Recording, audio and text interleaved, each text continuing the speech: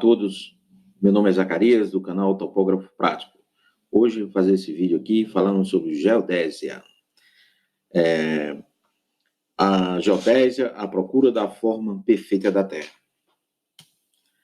O objetivo da apresentação. Essa apresentação tem como objetivo passear pela história da geodésia e conhecer seus conceitos, que são a base do georreferenciamento GNSS.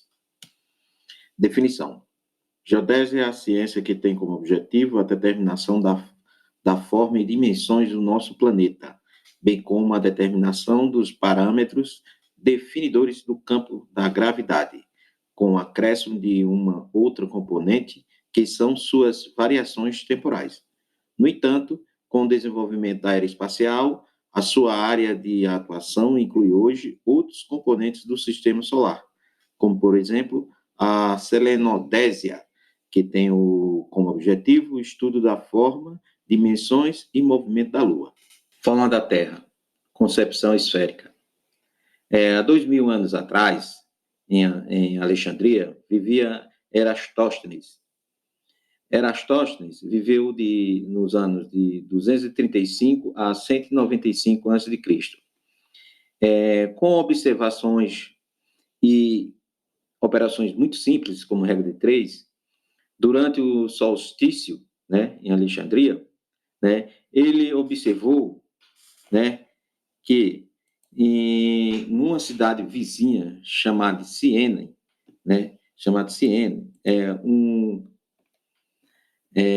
ao meio-dia, o Sol não produzia sombra nos postes e iluminava, né, o fundo do poço, né? Isso quer dizer, os raios solares ficavam paralelo ao poço, né? Então, no mesmo horário, né, na cidade de Alexandria, o mesmo sol, o mesmo raios de sol que são paralelos, né, produzia uma projeção nos postes, na sombra, né? Produzia sombra nos prédios e nos postes. Então, através dessas informações, ele começou a raciocinar, né, e mandou medir a distância de Alexandria a Siene, né, que nas unidades de hoje, né, daria mais ou menos 800 quilômetros de Alexandria a Siene. Ele também mediu o ângulo, né, da projeção da sombra dos postes, né? Ele mediu e encontrou um ângulo de 7,2 graus, né? Então, ele começou a raciocinar. Se fazendo a projeção do poste até o centro da Terra e do raio, né, num poço que paralelo ao poço, né, que iluminava o fundo do poço, se fizesse uma projeção até o centro da Terra, né, o vértice abriria um ângulo igual ao da projeção da sombra dos postes, ok? Por quê? Porque os raios são paralelos, os raios do Sol são paralelos. Se você cruza uma outra reta sobre essas linhas paralelas, né, os ângulos internos e externos são congruentes, né? Então, esse ângulo aqui, 7,2, né, da sombra dos postes, é igual à projeção no centro da Terra do poste com o fundo do poço, com o raio no fundo do poço. Então, esse ângulo de 7,2 é igual à projeção da sombra do poste. Então, através desse raciocínio, ele sabe que ele levando em conta que a Terra é uma circunferência e tem 360 graus, né? Ele fez uma regra de 3 simples, né? E chegou à seguinte conclusão, né? Se em 800 quilômetros, né? Um arco de 800 quilômetros produz abre um ângulo central de 7,2 graus, né? Qual seria a medida da circunferência total nos 360 graus, né? Então, 360 vezes 800, dividido por 7,2, chegou-se a 40 mil quilômetros, que é a medida da circunferência da Terra. Hoje, com toda a tecnologia, com o homem já ter chegado à Lua, com os lançamentos dos satélites, né, chegamos a muito próximo dessa medida. Então, isso aqui é o princípio, né, é o marco de início da geodésia, quando o homem conseguiu medir a circunferência da Terra. Bem, a forma da Terra. Temos aí a concepção esferoide, geode e elipsoide. O esferoide é essa vermelha aqui, né? que é um elipsoide, só que achatado nos polos, certo? O elipsoide também o elipsoide é uma elipse, também, né? Mas só que achatado nos polos, ok? E o geode é a figura a real figura da Terra. Note que é uma figura irregular, ok? Uma figura irregular. O esferoide. O esferoide é uma superfície quádrica em 3 dimensões, obtida através da rotação de uma elipse ao redor de um de seus eixos principais. Se a elipse for rotacionada ao redor do seu eixo principal, essa superfície é chamada de esferoide, oval, similar ao formato de uma bola de futebol americano. Geode, uma superfície de igual gravidade, formada pelo nível médio dos mares em repouso, supostamente prolongado sobre os continentes. Forma irregular, com ondulações e depressões, e por isso não possui modelo matemático. Essa é a forma real da Terra, o geode. Veja como é irregular. O elipsoide. Como a Terra é, de fato, ligeiramente achatada nos polos e alargada no Equador, a figura geométrica usada na geodésia que mais se aproxima da figura da Terra é o elipsoide de revolução. O elipsoide de revolução é uma figura que se pode obter pela rotação de uma elipse pelo seu semieixo menor. Um elipsoide de revolução que descreva a figura da Terra é chamado de elipsoide de referência. Parâmetro do elipsoide. O semieixo maior, o semieixo menor, o achatamento, que é igual ao semieixo maior menos o semieixo menor, dividido pelo semieixo maior. Bem, aqui nós temos os parâmetros da elipsoide, uma figura que é uma elipse, né? Uma elipse, né? Esse aqui é o semieixo maior e esse é o semieixo menor. E o achatamento é encontrado através dessa forma. Sistema Geodésico Brasileiro, SGB, divide em clássico e moderno. SGB, clássico, topocêntrico. A determinação de posições precisas sobre a superfície terrestre através dos métodos clássicos em geodésia, tradicionalmente, implicou na necessidade de adoção de 2 sistemas geodésicos de referência, um horizontal e outro vertical. O sistema geodésico de referência vertical fornece a referência para a determinação precisa da componente altimétrica do sistema geodésico brasileiro, enquanto o sistema geodésico de referência horizontal fornece a referência para a determinação precisa das componentes planimétrica, latitude e longitude. Um sistema geodésico de referência horizontal é tradicionalmente definido por uma elipsoide e seu posicionamento no espaço. Esse elipsoide é conhecido de forma a garantir uma boa adaptação ao geode na região. Os parâmetros definidores do sistema normalmente estão vinculados a um ponto na superfície terrestre, denominado de ponto origem. O centro desse elipsoide não coincide com o centro de massa da Terra, o geocentro, devido ao requisito de boa adaptação na região de interesse. As metodologias de levantamento utilizadas na materialização de um sistema geodésico de referência clássico horizontal foram a triangulação e a poligonação. Os sistemas Córrego Alegre, Schwarzschild Datum e o SAD 69 são exemplos de sistema geodésico de referência de concepção clássica. O SGB moderno, geocêntrico. Um referencial ou sistema geodésico moderno apresenta as seguintes características.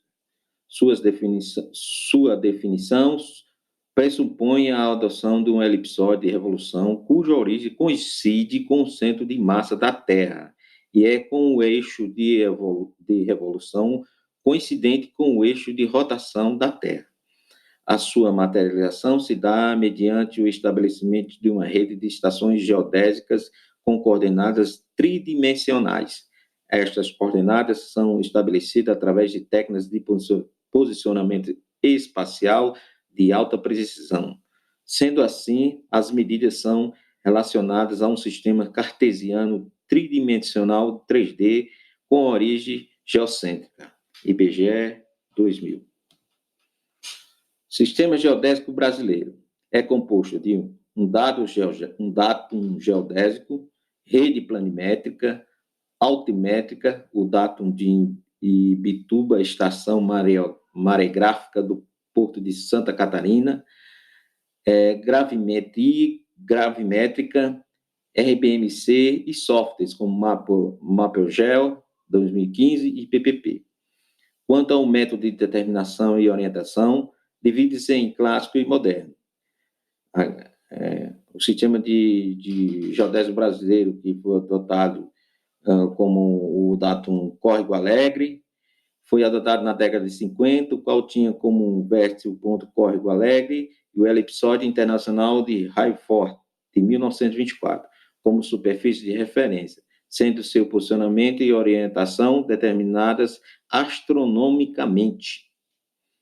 SAD 69. Em 2005, o SAD foi substituído pelo SIGA 2000. A imagem geométrica da Terra é definida pelo elipsoide do Sistema Geodésico de Referência, o RS-67, aceito e recomendado pela UGGI em Lucerna, no ano de 1967. O SIGA 2000 é o Sistema Geodésico Brasileiro atual, a partir de 2005, o IBGE definiu o SIGA 2000, o Sistema de Referência Geodésico para as Américas, como o Sistema Geodésico Brasileiro. Datum geodésico. O datum planimétrico, destinado ao posicionamento planimétrico dos pontos sobre superfície terrestre. É definido uma origem fisicamente materializada, um marco de origem, as coordenadas geográficas do marco de origem, um modelo matemático de simulação da superfície terrestre, um elipsoide, a altura geoidal do ponto de partida, a orientação do modelo matemático, o azimuth de partida. Há dois tipos de dados planimétricos: o geocêntrico, passivo do uso global, a referência no centro da Terra, e o topocêntrico, o uso local, referência no superfície da Terra. Tem um dado altimétrico, que coincide com a superfície equipotencial que contém um nível médio do mar em repouso.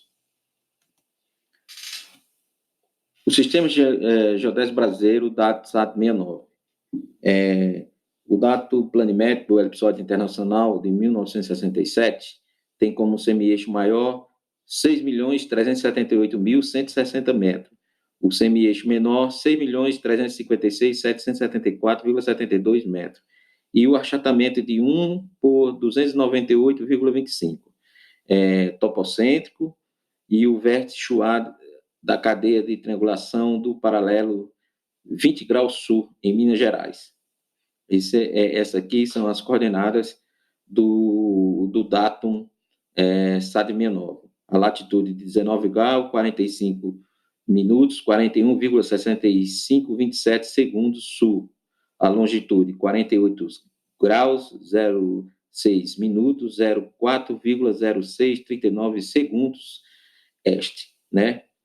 E a latitude, oeste, né? E a latitude, 0 metros. O datum altimétrico consiste com a superfície equipotencial que contém um nível médio do mar, definido pelas observações maregráficas tomadas em Ibituba, no litoral de Santa Catarina. SGB, SIGAS 2000. o elipsoide é o GRS 80, o semi-eixo maior mede 6.378.137 metros, o semi-eixo menor 6.356.752,3141 metros, o achatamento 1 por 298,257. A orientação é geocêntrica, o vértice chuar da cadeia de triangulação do paralelo 20 graus sul, em Minas Gerais, a latitude é 19 graus 45 minutos 41,6527 segundos ao sul, e a longitude 40 graus 06 minutos 04,0639 segundos a oeste. Altitude 0 metros, o dado altimétrico coincide com a superfície ecopotencial que contém o nível médio do mar, definido pelas observações maregráficas tomadas em Ibituba, no litoral de Santa Catarina. Bem, aqui nós vemos uma figura para demonstrar o que seria um datum geocêntrico, um sistema de referência geocêntrico e topocêntrico, ok? Vimos aqui uma figura, o geóide, né, que é a forma da Terra, um elipsoide, uma figura meio fora de escala, só para poder facilitar mais o entendimento. Então, no datum geocêntrico, né, o centro de massa da Terra, né, coincide com o centro de massa do elipsoide, certo? Então, as medidas, o centro de massa da Terra com o elipsoide coincide. No topocêntrico, esse centro não coincide, porque o que é levado em conta é a área de coincidência entre o geóide e o elipsoide, né, da área, da região onde quer se implantar o datum, entendeu? Então, mesmo que o centro de massa da Terra com o elipsoide não coincida, né, no datum topocêntrico, né, no sistema de referência topocêntrico, o mais importante é a área de coincidência entre o geóide e o elipsoide da região, ok? Essa é a diferença do geocêntrico para o topocêntrico, ok? Esse geocêntrico é moderno, é global, né, pode ser usado no mundo inteiro, né? E esse topocêntrico só é usado na região onde é adotado, né? Na região, no país que é adotado, ok? Bem, nós viemos até aqui falando sobre as formas da Terra, né? Você deve estar se perguntando por que a gente tem que se preocupar com a forma da Terra no nosso levantamento. Se você já trabalhou, vai trabalhar com georreferenciamento, né? Com levantamentos usando receptores GNSS, a partir de agora você vai entender o porquê que você tem que saber, entender o quanto que é importante saber essas formas da Terra, né? Aqui, nós temos aqui uma figura onde nós temos a figura do geóide, né? A superfície do geóide, do geóide, assim, verde, né? Que é o nível do mar, né? Prolongado sobre os continentes, é isso? E temos aqui em vermelho o elipsoide, né? Que é a forma usada, né? E temos aqui a forma usada para representar a Terra, né? Uma coisa que eu não falei. Por que aqui a gente não usa o geóide, a figura do geóide, como forma da Terra? Porque devido às suas irregularidades, né? Devido a ser muito irregular, ele não tem modelo matemático, né? Então, usa-se o elipsoide como figura, porque o elipsoide tem modelo matemático, entendeu? Tem como você processar cálculos através do elipsoide, né? Então, por isso que se usa o elipsoide, entendeu? Aí, aqui é o seguinte, quando você estaciona o seu receptor GNSS na superfície terrestre, deixa lá rastreando, né? E fica rastreando por 2, 3 horas, 4 horas, né? Quando você faz o PPP, né? Faz o pós-processamento, a altura, né? Que vem que é produzida, né, a altura, a cota que vem no PPP, é em relação ao elipsóide, né? Não vem em relação ao geode, que é o nível do mar, né, que é a altura em relação ao nível do mar, né, prolongado pelos continentes.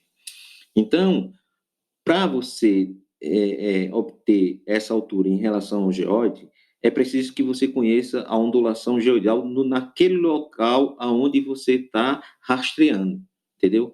Que é esse Nzinho aqui, ó, essa altura, essa diferença de altura entre o geode e o elipsóide. Isso é a ondulação geoidal, né? No MapGeo 2015, você consegue essa ondulação geoidal do IBGE, né? O IBGE tem um programa, MapGeo 2015, que lhe dá essa ondulação geoidal. No PPP, também, quando você manda para o IBGE para processar, né, ele já te dá essa altura, né, essa ondulação geoidal.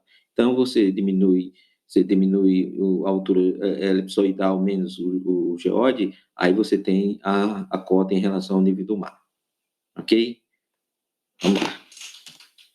Bem, aqui nós temos umas coordenadas geodésicas ou geográficas, né? Que é em relação, aqui vocês veem aqui, Greenwich, né? Meridiano de Greenwich com Equador, né? À esquerda nós temos o oeste, né? À direita nós temos o leste, né? Acima do Equador nós temos o norte e abaixo nós temos o sul, né? Isso, essas aberturas todas em graus, né? Em graus, né? Essas são as coordenadas geográficas ou geodésicas. Vamos falar aqui sobre a projeção UTM. Universal Transversal de Mercador, UTM, utiliza um sistema de coordenadas cartesianas bidimensional para dar localizações na superfície da Terra. É uma representação de posição horizontal, isto é utilizada para identificar os locais na Terra, independente da posição vertical, mas difere do método tradicional de latitude e longitude em vários aspectos. O sistema UTM não é uma simples projeção de mapa.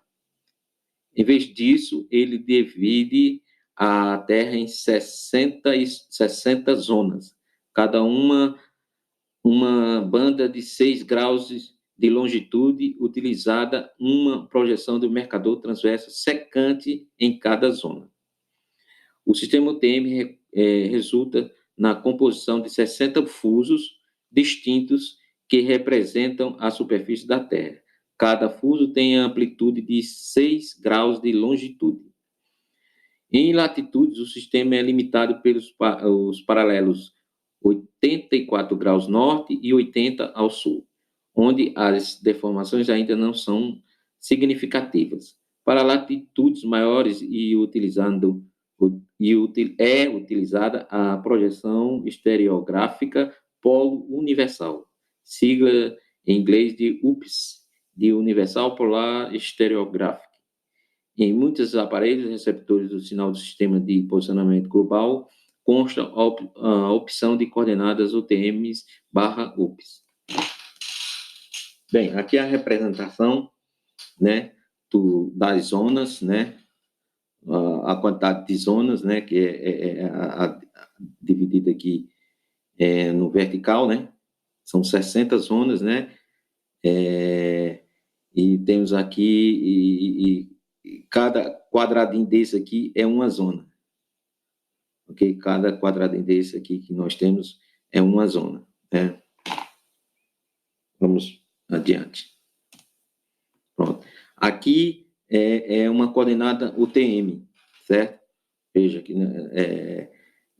Aqui nós temos um ponto a 480.541,11 metros a este e 9.434.838,81 ao sul, certo? Está na zona 24M,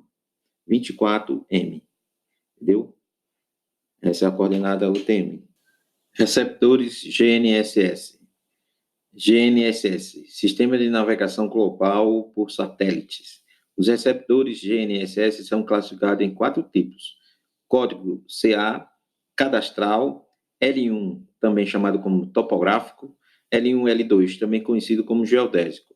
Os métodos de posicionamento pelo GNSS, mais utilizados para o georreferenciamento de imóveis rurais, são o relativo estático, em marcos de apoio básico, em marcos de apoio imediato, o RTK, quando o receptor não possui sinal RTK acoplado, ou não houver comunicação de rádio entre a base e o rover, deve-se utilizar o método relativo estático rápido. Bem, esse aqui seria um equipamento de código CA, né? Um GPS de mão, um GPS de navegação, né? E esse é um equipamento de código L1, L2, sendo usado o RTK, o sistema de RTK. Ok?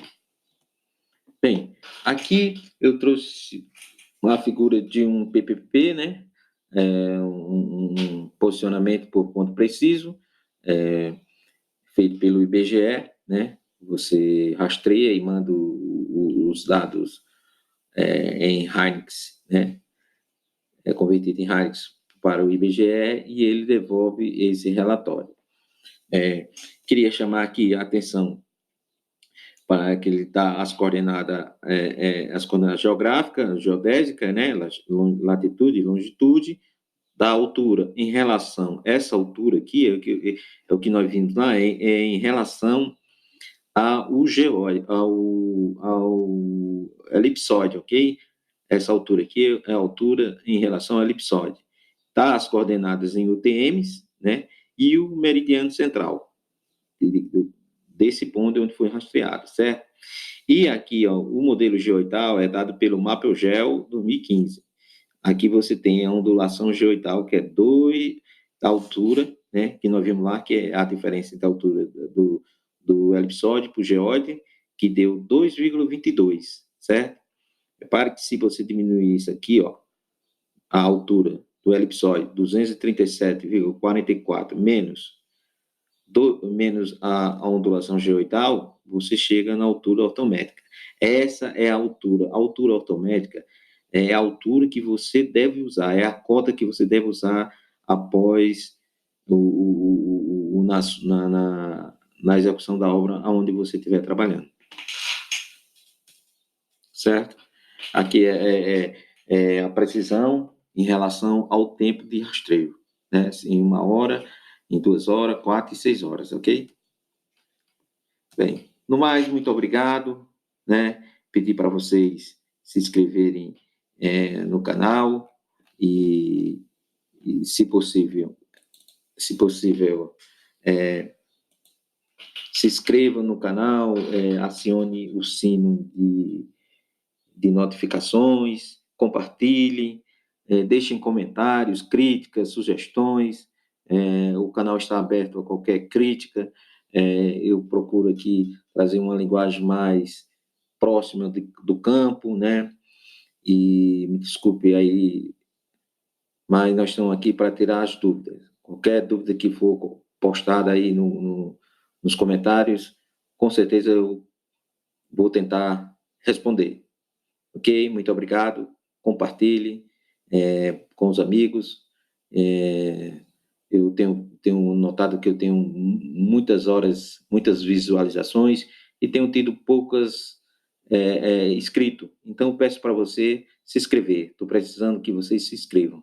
Muito obrigado. Até a próxima.